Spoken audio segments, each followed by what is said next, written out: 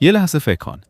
30,000 سال پیش زنی هستی وسط یه قبیله، بدون دستشویی، بدون فروشگاه، بدون هیچ چیزی که امروز بهش عادت داری. و یه روز مثل هر ماه بدنت وارد یه چرخه طبیعی میشه. سوال اینجاست: زنهای باستان با این موضوع چطور کنار می اومدن؟ جوابش شاید ساده تر از چیزی باشه که فکر میکنی. اما یه نکته عجیب هم توش هست که خیلی ها ازش خبر ندارن. اگه از این مدل داستانهای واقعی درباره زندگی انسانهای اولیه خوشت میاد، دنبال کانال رو بگیر. چون قراره لایه به لایه بریم جلو. اولین مشکل اینجاست که باستانشناسها هیچ مدرک مستقیمی از این موضوع پیدا نکردن. چرا؟ چون هر چیزی که زنهای اون دوره احتمالاً استفاده می‌کردن از جنس پارچه، پوست، خزه یا الیاف گیاهی بوده و این مواد بعد از چند هزار سال از بین میرن. پس چطور دانشمندها اصلاً چیزی درباره این موضوع میدونن؟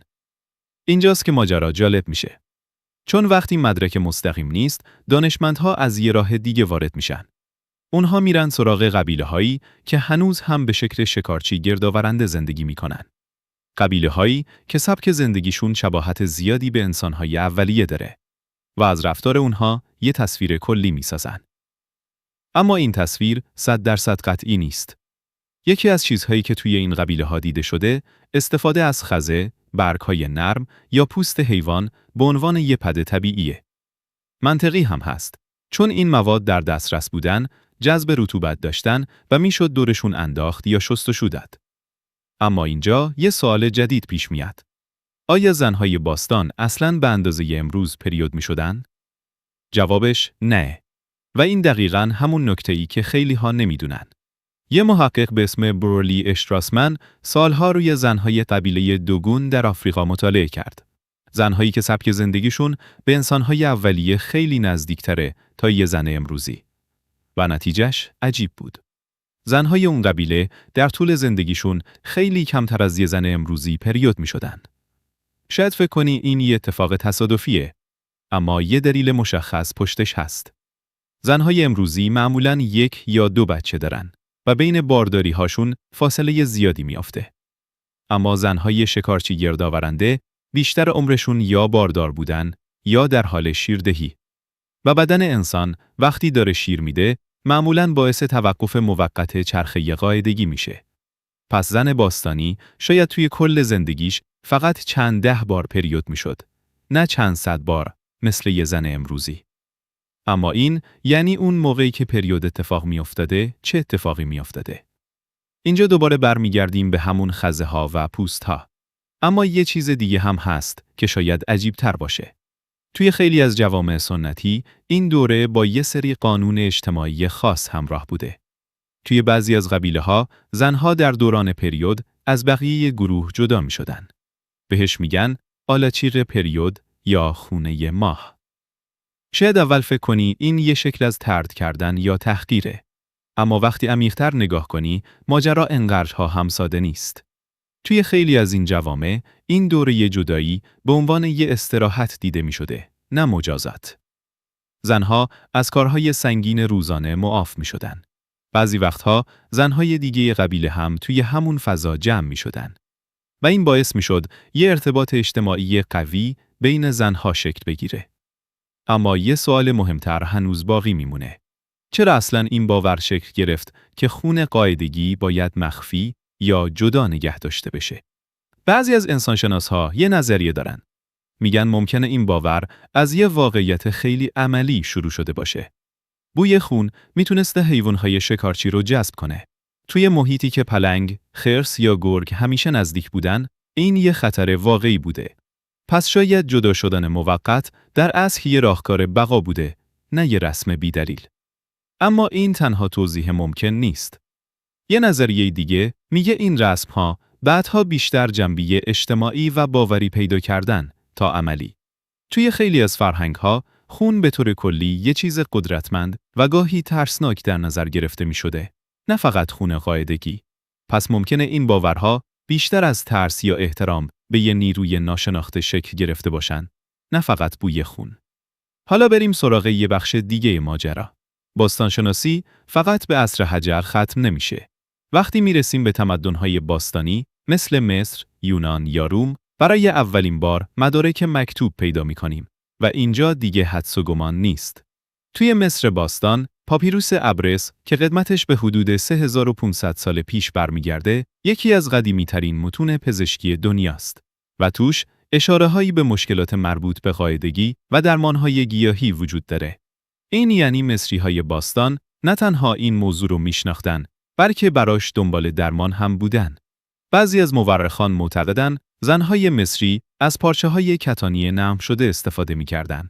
کتان توی مصر باستان به وفور پیدا می‌شد و برای لباس هم استفاده می‌شد. پس منطقیه که برای این کار هم ازش استفاده کرده باشن. اما یه نکته جالب دیگه هم هست. توی یونان باستان پزشکی به اسم بوقراط، یعنی همون کسی که امروز بهش لقب پدر پزشکی رو دادن، درباره قاعدگی نوشته. اما نوشته‌هاش پر از باورهای اشتباه بود. اون فکر می‌کرد قاعدگی نامنظم میتونه باعث دیوانگی بشه.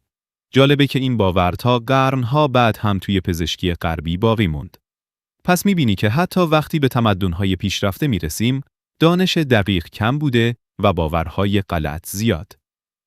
اما یه سوال هنوز جواب داده نشده. زنهای باستان دقیقاً از چه موادی به عنوان جاذب استفاده می‌کردن؟ توی یونان باستان مدارکی هست که نشون میده بعضی زنها از تکه‌های چوب پیچیده شده با پارچه استفاده می‌کردن. یه چیزی شبیه به یه تامپون ابتدایی. توی روم باستان هم پارچه‌های پشمی رایج بود. توی بعضی فرهنگ‌های دیگه از پوست حیوان، الیاف گیاهی یا حتی ماسه نرم استفاده می‌شده. هر منطقه بسته به چیزی که در دسترس داشته یه راه حل پیدا کرده بود.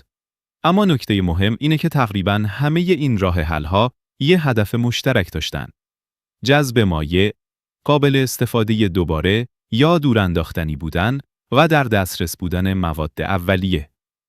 یعنی با وجود فاصله هزاران کیلومتری و هزاران سالی بین این فرهنگ‌ها، همه به یه راه حل مشابه رسیدن. این خودش نشون میده که این نیاز یه نیاز جهانی و همیشگی بوده. حالا بریم سراغ یه بخش دیگه که خیلی کمتر بهش پرداخته میشه. درد و مشکلات قاعدگی. توی دنیای باستان چطور مدیریت میشده؟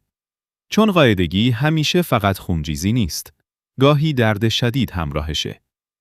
توی متون باستانی مصر و یونان، اشاره‌هایی به استفاده از گیاهان دارویی برای کاهش درد قاعدگی وجود داره. گیاهانی مثل رازیانه یا بابونه که هنوز هم امروز توی طب سنتی استفاده میشن. جالبه که بعضی از این روش‌ها از نظر علمی امروز هم یه مقدار پایه دارن. چون بعضی از این گیاهان واقعاً خاصیت ضد التهابی دارن. اما همه راه حل‌ها منطقی نبودن. توی خیلی از فرهنگ‌های باستانی، درد قاعدگی به یه نیروی ماورایی یا نفرین نسبت داده میشد و درمانش هم به جای گیاه دارویی یه مراسم مذهبی بود. این نشون میده که دانش پزشکی و باور فرهنگی توی اون دوره خیلی به هم گره خورده بودن. حالا بیاییم برگردیم به همون سوالی که اول ویدیو مطرح کردیم. زن باستانی توی جامعه شکارچی گردآورنده با این موضوع چطور کنار می اومد؟ الان میتونیم یه تصویر کامل تر بسازیم. اون زن احتمالاً توی طول عمرش خیلی کمتر از یه زن امروزی پریود میشد. وقتی این اتفاق میافتاد، از موادی مثل خزه، پوست یا الیاف گیاهی استفاده میکرد. توی بعضی جوامع این دوره همراه با یه استراحت اجتماعی بود و پشت این رسم‌ها ترکیبی از دلایل عملی مثل ترس از حیوان‌های شکارچی و باورهای فرهنگی وجود داشت. اما یه چیز جالبتر هم هست که خیلی‌ها بهش فکر نمی‌کنن. همین کاهش دفعات قاعدگی توی زن‌های باستانی احتمالاً یه تأثیر مهم روی سلامت اونها داشته. قاعدگی مکرر توی دنیای امروز با افزایش ریسک بعضی بیماری‌ها مثل کمخونی یا حتی بعضی سرطان‌های زنانه مرتبطه. پس شاید به شکل عجیبی سبک زندگی زن باستانی از این جهت با بدنش هماهنگتر بوده تا زن امروزی. این یعنی بدن انسان برای یه الگوی زندگی متفاوت از چیزی که امروز داریم شکل گرفته. بارداری‌های بیشتر، شیردهی طولانی‌تر و قاعدگی کمتر. و وقتی سبک زندگی امروزی تغییر کرد، بدن هنوز کاملاً باهاش تطبیق پیدا نکرده. پس داستان قاعدگی توی دنیای باستان فقط درباره یه پد ابتدایی یا یه رسم عجیب نیست. این داستان درباره اینه که چطور بدن، فرهنگ و محیط همه با هم شکل میگیرن. و چطور یه چیز به ظاهر ساده میتونه یه پنجره باشه به کل سبک زندگی یه دوره تاریخی. اگه این داستان برات جالب بود، حتما لایک کن و کانال رو دنبال کن. چون توی ویدیوهای بعدی قرار سراغ چیزهای دیگه‌ای از زندگی روزمره انسان‌های اولیه بریم که شاید هیچ وقت بهشون فکر نکرده باشی.